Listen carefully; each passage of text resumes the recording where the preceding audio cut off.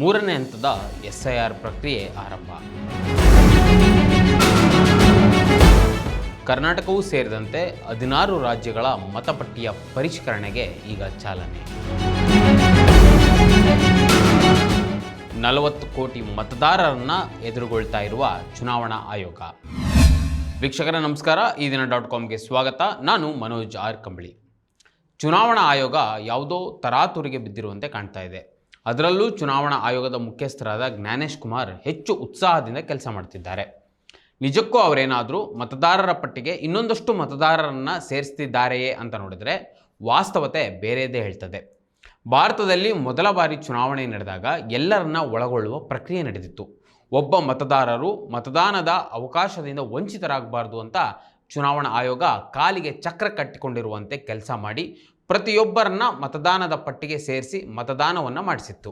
ಆದರೆ ಮೋದಿ ಕಾಲದ ಚುನಾವಣಾ ಆಯೋಗ ಮಾತ್ರ ಮತದಾರರನ್ನು ಹುಡುಕಿ ಸೇರಿಸುವ ಬದಲು ಮತದಾರರನ್ನು ಹುಡುಕಿ ಮತಪಟ್ಟಿಯಿಂದ ಹೊರಗೆ ಹಾಕುವ ಕೆಲಸ ಮಾಡ್ತಾ ಇದೆ. ಅದಕ್ಕೆ ತಾಜಾ ಉದಾಹರಣೆ ಅಂದರೆ ಬಿಹಾರ ಮತ್ತು ಪಶ್ಚಿಮ ಬಂಗಾಳದಲ್ಲಿ ಲಕ್ಷಾಂತರ ಮತದಾರರು ಮತದಾನ ಪಟ್ಟಿಯಿಂದ ಹೊರಗೆ ಹಾಕಲಾಗಿರುವುದೇ. ಅದರಲ್ಲೂ ಹೊರಗೆ ಹಾಕಲ್ಪಟ್ಟ ಪಟ್ಟಿಯನ್ನು ಸೂಕ್ಷ್ಮವಾಗಿ ಗಮನಿಸಿದರೆ ಮುಸ್ಲಿಮರೇ ಹೆಚ್ಚಾಗಿ ಕಾಣಿಸ್ತಾರೆ. ಚುನಾವಣಾ ಆಯೋಗ ಬಿಜೆಪಿಯ ಬ್ಯಾಕ್ಡೋರ್ ಆಫೀಸ್ ಥರ ಕೆಲಸ ಮಾಡ್ತಿದೆ ಎಂಬುದಕ್ಕೆ ಈ ಬಾರಿಯ ಪಂಚರಾಜ್ಯ ಚುನಾವಣೆಯಲ್ಲಿ ಬಂದ ಫಲಿತಾಂಶವೇ ಅದರ ಸಾರವನ್ನು ಒತ್ತಿ ಹೇಳ್ತದೆ. ಈಗ ಚುನಾವಣಾ ಆಯೋಗ ಮೂರನೇ ಹಂತದ ಮತದಾರರ ಪಟ್ಟಿಯ ವಿಶೇಷ ತೀವ್ರ ಪರಿಷ್ಕರಣೆ ಅಂದರೆ SIR ಪ್ರಕ್ರಿಯೆಯನ್ನು ಮಾಡಲು ಹೊರಟಿದೆ. ಅದರ ಕುರಿತು ಚುನಾವಣಾ ಆಯೋಗದ ಮುಖ್ಯಸ್ಥರು ಜ್ಞಾನೇಶ್ ಕುಮಾರ್ ಮೇ 14ರಂದು ಪತ್ರಿಕಾಗೋಷ್ಠಿಯನ್ನು ನಡೆಸಿ ಮಾಹಿತಿಯನ್ನು ಹಂಚಿಕೊಂಡಿದ್ದಾರೆ. ಈ ಮೂರನೇ ಹಂತದಲ್ಲಿ ಕರ್ನಾಟಕವೂ ಸೇರಿದಂತೆ 16 ರಾಜ್ಯಗಳು ಮತ್ತು 3 ಕೇಂದ್ರಾಡಳಿತ ಪ್ರದೇಶಗಳಲ್ಲಿ SIR ಪ್ರಕ್ರಿಯೆ ನಡೆಸಲಾಗುವುದು ಅಂತ ಹೇಳಿದ್ದಾರೆ.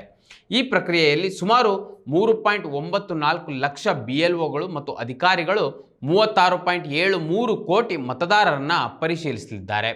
16 ರಾಜ್ಯಗಳಾದ ಆಂಧ್ರ ಪ್ರದೇಶ, ಅರುಣಾಚಲ ಪ್ರದೇಶ, ಹರಿಯಾಣ, ಜಾರ್ಖಂಡ್, ಕರ್ನಾಟಕ, ಮಹಾರಾಷ್ಟ್ರ, ಮಣಿಪುರ, ಮೇಘಾಲಯ, ಮಿಜೋರಾಂ, ನಾಗಾಲ್ಯಾಂಡ್, ಒಡಿಸ್ಸಾ, ಪಂಜಾಬ್, ಸಿಕ್ಕಿಂ, ತ್ರಿಪುರಾ, ತೆಲಂಗಾಣ, ಉತ್ತರಾಖಂಡ್ಗಳಲ್ಲಿ ಹಾಗೂ 3 ಕೇಂದ್ರಾಡಳಿತ ಪ್ರದೇಶಗಳಾದ ಚಂಡೀಗಢ, ದಾದ್ರಾ ಮತ್ತು ನಗರ್ ಹಾವೇಲಿ ಮತ್ತು ದಮನ್ ದಿಯು ಮತ್ತು ದೆಹಲಿಯಲ್ಲಿ ಈಗ ಮನೆ ಮನೆಗೆ ಭೇಟಿ ನೀಡ್ತಾರೆ. ಅಂದರೆ ಚುನಾವಣಾ ಆಯೋಗದ BLOಗಳು ಮನೆ ಮನೆಗೆ ಭೇಟಿ ನೀಡಿ ಮತದಾರರ ಪಟ್ಟಿಯ ಪರಿಷ್ಕರಣೆ ಅಂದರೆ SIRನ ಮಾಡ್ತಾರೆ ಅಂತ ಚುನಾವಣಾ ಆಯೋಗ ಹೇಳಿದೆ.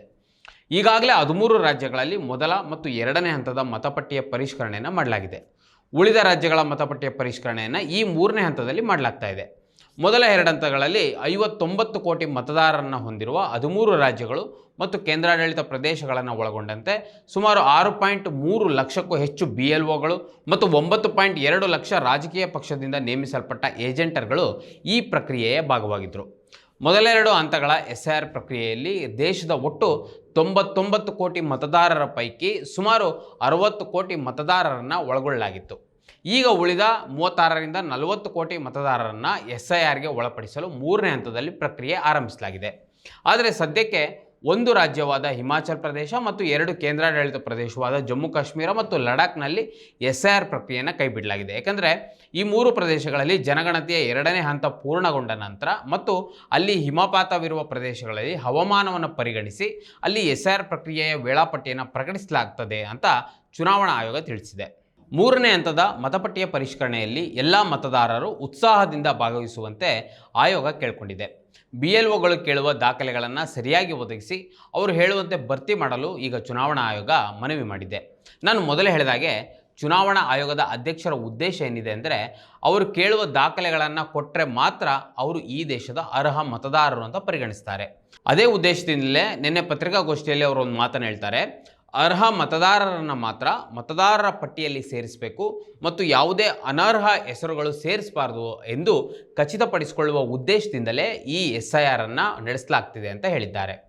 ಈಗಾಗಲೇ ನಡೆದಿರುವ ಮೊದಲ ಮತ್ತು ಎರಡನೇ ಹಂತದ ಮತಪಟ್ಟಿಯ ಪರಿಷ್ಕರಣೆಯಲ್ಲಿ ಕೋಟ್ಯಾಂತರ ಮತದಾರರು ಮತಪಟ್ಟಿಯಿಂದ ಹೊರಗೆ ಉಳಿಸಲಾಗಿದೆ. ಆದರೆ ಈ ಮೂರನೇ ಹಂತದಲ್ಲಿ ಇನ್ನೂ ಎಷ್ಟು ಮತದಾರರನ್ನು ಹೊರಗೆ ಉಳಿಸಬಹುದು ಎಂಬ ಆತಂಕ ನಾಗರಿಕ ಸಂಘಟನೆಗಳಲ್ಲಿ, ನಾಗರಿಕ ಸಮಾಜದಲ್ಲಿ ಮನೆ ಮಾಡಿದೆ. SIR ವಿರುದ್ಧ ಕರ್ನಾಟಕವೂ ಸೇರಿದಂತೆ ಬಹುತೇಕ ರಾಜ್ಯಗಳಲ್ಲಿ ನಾಗರಿಕ ಸಂಘಟನೆಗಳು ದೊಡ್ಡ ಆಂದೋಲನವನ್ನು ರೂಪಿಸ್ತಾ ಇವೆ. ಇನ್ನು ಚುನಾವಣಾ ಆಯೋಗ ತಿಳಿಸಿದಂತೆ ಈ ಮೂರನೇ ಹಂತದ ಪ್ರಕ್ರಿಯೆ ಬೇರೆ ಬೇರೆ ಸಮಯದಲ್ಲಿ ನಡೀತದೆ. ಒಡಿಶಾ, ಮಿಜೋರಾಂ, ಸಿಕ್ಕಿಂ ಮತ್ತು ಮಣಿಪುರ ರಾಜ್ಯಗಳಲ್ಲಿ ಬೇಗನೆ ಪ್ರಾರಂಭವಾಗ್ತದೆ. ಅಂದರೆ ಮೇ 30ರಿಂದ ಮನೆ ಮನೆಗೆ ಭೇಟಿ ನೀಡಿ ಸೆಪ್ಟೆಂಬರ್ 6ರ ಒಳಗೆ ಅಂತಿಮ ಮತದಾರರ ಪಟ್ಟಿಗಳನ್ನು ಸಲ್ಲಿಸಲಾಗುವುದು ಅಂತ ತಿಳಿಸಲಾಗಿದೆ. ಇನ್ನು ಮಹಾರಾಷ್ಟ್ರ, ಕರ್ನಾಟಕ, ದೆಹಲಿ, ಜಾರ್ಖಂಡ್ ರಾಜ್ಯಗಳಲ್ಲಿ ನಂತರದ ವೇಳಾಪಟ್ಟಿಯನ್ನು ಅನುಸರಿಸಲಾಗ್ತದೆ. ಈ ರಾಜ್ಯಗಳಲ್ಲಿ ಜೂನ್ 30ರಿಂದ SIR ಪ್ರಕ್ರಿಯೆ ಆರಂಭವಾಗ್ತದೆ. ಅಕ್ಟೋಬರ್ 7ರ ಒಳಗೆ ಅಂತಿಮ ಪಟ್ಟಿಗಳು ಬರಲಿವೆ. ಇನ್ನು ತ್ರಿಪುರಾದಲ್ಲಿ ಈ ಪ್ರಕ್ರಿಯೆಯು ಡಿಸೆಂಬರ್ 23ರ ಒಳಗೆ ಮುಕ್ತಾಯಗೊಳ್ಳಲಿದೆ ಅಂತ ಚುನಾವಣಾ ಆಯೋಗ ತಿಳಿಸಿದೆ. ರಾಜಕೀಯ ಪಕ್ಷಗಳು ಪ್ರತಿ ಮತಗಟ್ಟೆ ಮಟ್ಟದ ಏಜೆಂಟರ್ಗಳನ್ನು ನೇಮಿಸಲು ಹೇಳಲಾಗಿದೆ. ಸುಮಾರು 3.42 ಲಕ್ಷ ಏಜೆಂಟ್ಗಳನ್ನು ಅಂದರೆ BLOಗಳನ್ನು ಈಗಾಗಲೇ ಚುನಾವಣಾ ಆಯೋಗ ನಿಯೋಜಿಸಲಾಗಿದೆ. ಈ ಪರಿಷ್ಕರಣೆಯು ಮತದಾರರು, ರಾಜಕೀಯ ಪಕ್ಷಗಳು ಮತ್ತು ಚುನಾವಣೆಯ ಅಧಿಕಾರಿಗಳು ಸೇರಿದಂತೆ ಎಲ್ಲ ಪಾಲುದಾರರನ್ನು ಒಳಗೊಂಡು ಭಾಗವಹಿಸುವ ಒಂದು ವ್ಯಾಯಾಮ ಅಂತ ಆಯೋಗ ತಿಳಿಸಿದೆ. ಈ ಹಂತದಲ್ಲಿ ವಿಶೇಷವೇನೆಂದರೆ ಮಹಾರಾಷ್ಟ್ರ, ಕರ್ನಾಟಕ ಮತ್ತು ಆಂಧ್ರ ಪ್ರದೇಶದಲ್ಲಿ ಅತಿ ಹೆಚ್ಚು ಮತದಾರರಿದ್ದಾರೆ.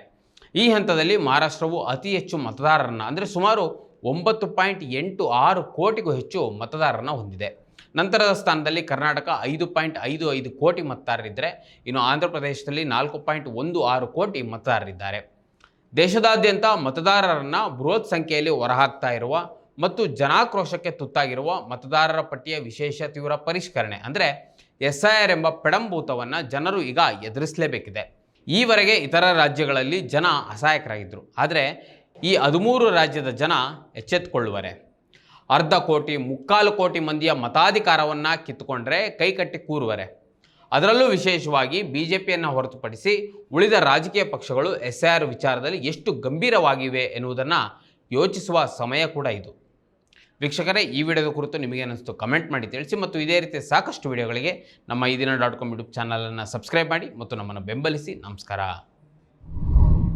ಮತ್ತಷ್ಟು ವಿಶೇಷ ವಿಡಿಯೋಗಳನ್ನು ನೋಡಲು ಮತ್ತು ಹೊಸ ವಿಡಿಯೋಗಳ ಬಗ್ಗೆ ತಿಳಿಯಲು ಈದಿನ.com ಯೂಟ್ಯೂಬ್ ಚಾನೆಲ್ ಸಬ್ಸ್ಕ್ರೈಬ್ ಮಾಡಿ ಮತ್ತು ಬೆಲ್ ಐಕಾನ್ ಕ್ಲಿಕ್ ಮಾಡಿ.